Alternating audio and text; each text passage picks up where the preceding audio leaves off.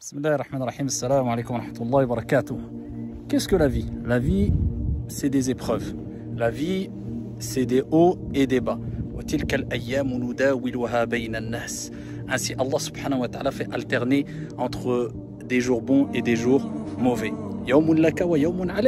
Un jour pour toi, un jour contre toi, un jour de joie, un jour de tristesse, un jour de réussite, un jour d'échec. C'est comme ça, ainsi va la vie. Par contre, comment faut appréhender cette vie-là? Eh bien, je vais vous donner une petite image. Ici, Allah dit dans le Coran,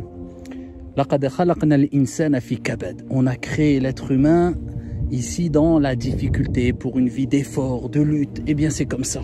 C'est dur. Là, vous voyez, c'est une sorte de pente. Hein. C'est dur, ça, on s'essouffle.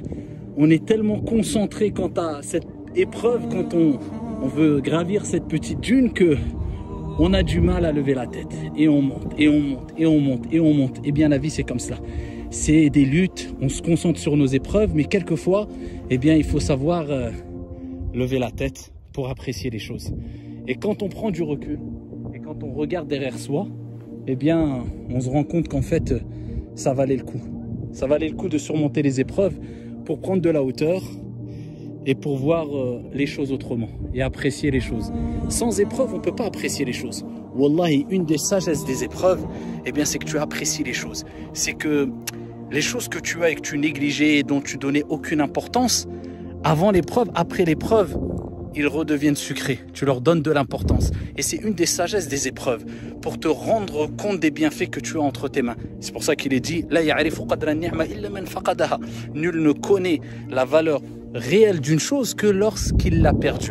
Mais sache que la vie, ce n'est pas que des épreuves. Il y a des moments de dureté, de difficulté plutôt, des moments difficiles, mais ensuite, alhamdoulilah, vient la descente et c'est beaucoup plus agréable, et ainsi de suite, et ensuite la montée, et ensuite la descente.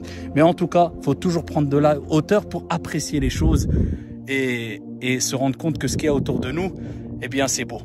Pourquoi? Parce que tout vient d'Allah subhanahu wa ta'ala, le bien comme le mal. Et toutes les épreuves qui viennent d'Allah azza wa jal, ce n'est que beauté, parce que c'est une purification, et c'est ainsi qu'Allah nous élève et nous éprouve afin de savoir si on l'aime vraiment.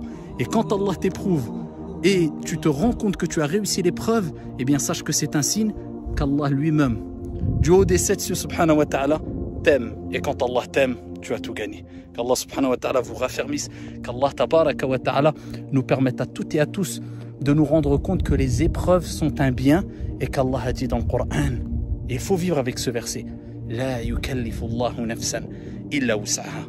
Allah, il n'impose à aucune âme une charge au-dessus de sa capacité. Ce que tu vis, tu peux le supporter, bi'idhnillah. Et plus tu t'efforces à patienter, et plus Allah subhanahu wa ta'ala, de par sa clémence, sa miséricorde, eh bien te rajoute ici la force de pouvoir continuer à patienter. Wasbir wa ma sabruka illa billah. Et patiente, un ordre divin. Et tu ne pourras patienter que par la puissance et la sagesse et la miséricorde de ton Seigneur. Donc demande toujours à Allah de te raffermir, et répète l'invocation que répétait souvent le prophète alayhi salatu wassalam, pour ne pas glisser lors d'une épreuve et abandonner tous tes principes. Ya muqallib al-qulub, thabbit qalbi ala dinik. Ô toi qui retourne les cœurs, raffermis mon cœur sur ta religion. Amin ya rabbal alamin. Walhamdulillah.